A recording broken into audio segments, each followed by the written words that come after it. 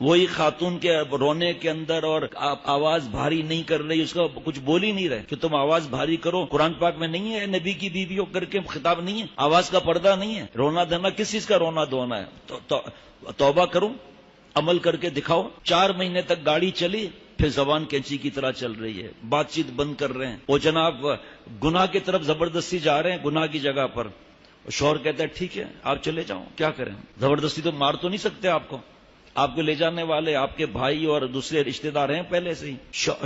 جائز باتوں میں اطاعت نہیں، پھر اوپر سے شوہر سے اکڑ. ارے بھائی وہ تو آپ کو کہہ رہا ہے نا کہ میں نہیں جاؤں گا، آپ کی مرضی ہے، میں اجازت نہیں دے رہا، آپ کی مرضی ہے. آپ صلی اللہ علیہ وسلم کے پاس ایک خاتون کا پیغام آیا کہ مفہوم میرے شوہر نے مجھے باہر نکلنے سے گھر سے منع کیا ہے، میرے بابا کی طبیعت ناساز ہے، آپ کا کیا حکم ہے؟ فرمایا مت جاؤ. دوسرا پیغام طبیعت اور بگڑ گئی ہے، مت جاؤ. تیسرا پیغام انتقال ہو گیا ہے، مت جاؤ. پھر آپ صلی اللہ علیہ وسلم نے پیغام بھیجا، آسمان سے رپورٹنگ آ گئی، تم نے اللہ کی نبی کی اطاعت اللہ کی اطاعت ہے، تم نے اللہ تعالیٰ اور نبی کی اطاعت کی، شوہر کی بات مانی، تیرے بابا کی مغفرت کر دی گئی. پیارے شیخ فرماتے ہیں کہ اگر یہ خاتون چلی جاتی رو لیتی، اگر چلی جاتی بات میں تعزیت کر لیتی، لیکن مغفرت تو نہیں کرا سکتی تھی نا. بیشتی زیور کا چوتھا حصہ نمبر 4 شوہر کے حقوق پڑھتے ہوئے پتہ نہیں کیا لگتا ہے. میں حدیث پاک کے اس لیے کوئی جملہ نہیں کہہ سکتا، اتنا ہی کہہ سکتا ہوں پتہ نہیں کیا مسئلہ ہے. میاں سے نباہ کرنے کا طریقہ نہیں پڑھتے، پڑھ بھی لیا عمل نہیں کرتے، آخرت کی زندگی پر اعتماد بنائی نہیں اب تک. قرآن پاک میں اللہ فرما رہے ہیں، مفہوم ہے کہ برائی کا پرچہ ہے، پڑھنا ہے انشاءاللہ رات کو، کئی دن سے پڑھ نہیں سک رہا ہوں، ایمان تازہ ہو جائے گا. برائی کا بدلہ بھلائی سے دو، ان قریب تمہارا شوہر تمہارا دشمن تو نہیں ہے نا، ان قریب تم دیکھو گے کہ تمہارا دشمن تمہارا دوست بن گیا.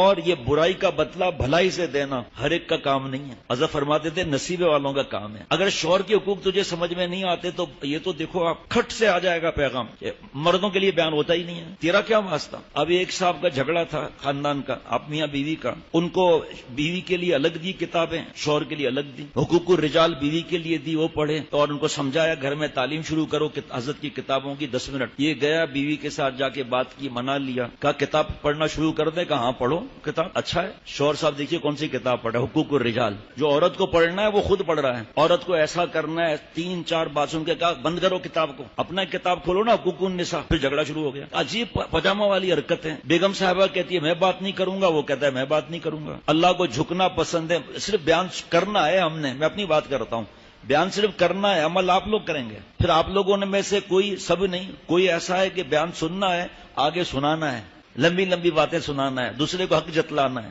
ارے اللہ کے بندے سکون سے رہو، جنت والا ماحول بناؤ، اولاد کو برباد مت کرو، ذہنی مریض ہو جائیں گے، نفسیاتی مریض ہو جائیں گے.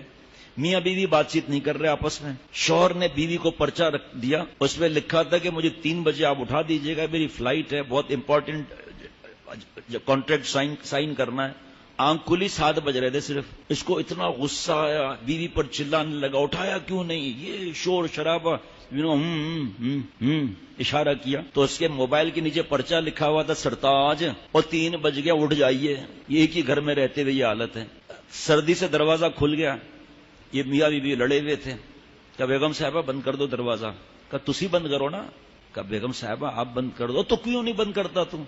کہا اچھا بات چیت بند، چھوٹے بچے ہیں نا کٹی، آج سے بات چیت بند، تو مجھے نہیں کھلانا میں تجھے نہیں کھلاؤں گا.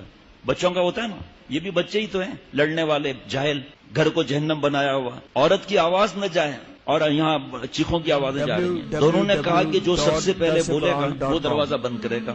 بیگم صاحبہ سے تو خاموش رہا نہیں جاتا، وہ پڑوس میں چلی گئی. چور اندر آ گئے، دیکھا ہے چپ چاپ بیٹھا ہوا ہے. چوروں نے ایسے ایسے کیا، وہ چپ چاپ بیٹھا ہوا ہے. چوروں نے مال چوری کیا، دیکھ رہا ہے، کہا پاگل لگتا ہے، نفسیاتی ہے، پتہ نہیں کیا ہے. پھر اس کے پاس آئے کہ تمہیں فکر نہیں ہو رہی تم چوری کر رہے ہو؟ ہم چوری کر رہے ہیں. چپ چاپ بیٹھا ہوا ہے. انہوں نے کیا کیا، توا لے کر اس کے چہرے پر پورا توا لگا دیا، خاموش بیٹھا ہوا ہے. چوری کر کے ٹھاٹ سے چلے گئے. تھوڑی دیر کے بعد بیوی اندر آئی، گھر میں آ کر دیکھا، شوہر کو دیکھا کر ارے یہ کیا ہوا. کہا چپ ہوئے، پہلے دروازہ بند کر. یہ اللہ معاف فرمائے. اب یہاں تو پھر کوئی بیان نہیں چلتا نا، پھر وہی پھر بیان نہیں چلتا یہاں. شوہر کو اب جب میں تو اتنا پھنستا ہوں، اب ماں باپ کے حقوق بیان کرو پرچہ آ جاتا ہے. کیوں ہم اولاد نہیں ہے کیا؟ اچھا بھائی اولاد پر بیان کرو پھر پرچہ آ جاتا ہے. ماں باپ کا کوئی حق نہیں ہے. بیوی کے حقوق پر بیان کرو تو شوہر لڑنے لگتا ہے، شوہر کے حقوق پر بیان کرو تو بیوی لڑنے لگتی ہے. اب کیا کریں آپ بتاؤ؟ بس خاموش بیٹھے رہو. اور کیا بیان کرے گا آدمی؟ بچے تھے چھوٹے، ہم جب پڑھا تھا کتاب کے اندر کہ بیٹے کو بٹھایا گدھے پر، ابا پیدل چل رہا ہے، ایک گاؤں پر پہنچے تو کسی نے کہا دیکھو نالائق اولاد بیوقوف باپ، ارے باپ کو اوپر بیٹھنا چاہیے، باہر نکل کے بیٹا اتر رہے تھلے اتر رہے، ہاں خود بیٹھ گیا۔ دوسرے گاؤں پہنچے تو انہوں نے کہا یہ لے جاہل کہیں کا بڈھا ساری زندگی کھوتے پر بیٹھا ہے اور بیچارے کو جو ہے پیدل چلا رہا ہے، خود نواب کا بچہ کھوتے پر بیٹھا ہوا ہے، ہن کی کریے جناب؟ بیٹے سے کہا بیٹا تو ساتھ بیٹھ جا۔ تیسرے گاؤں پہنچے، لوگوں نے کہا پاگل ہے جانور پہ اتنا ظلم، دو بیٹھے ہوئے۔ اس کے بعد پھر آگے چلے گاؤں کے اندر تو کہا اب کیا کریں؟ کب ایک ہی راستہ ہے کہ کھوتے کے ہاتھ پیر بند کیے اور اس کو بانس میں پھنسایا، دونوں باپ بیٹا کندھے میں کھوتے کے اوپر لے جا رہے ہیں، کھوتے پر۔ وہ ایک گاؤں سے دوسرے گاؤں کا پل تھا لکڑی کا، جب وہاں پہنچے دھڑ تینوں نیچے۔ ہمارا بھی اب یہی حال ہے، اس پر بیان نہیں کرو، اس پر بیان نہیں کرو، اس پر بیان نہیں کرو۔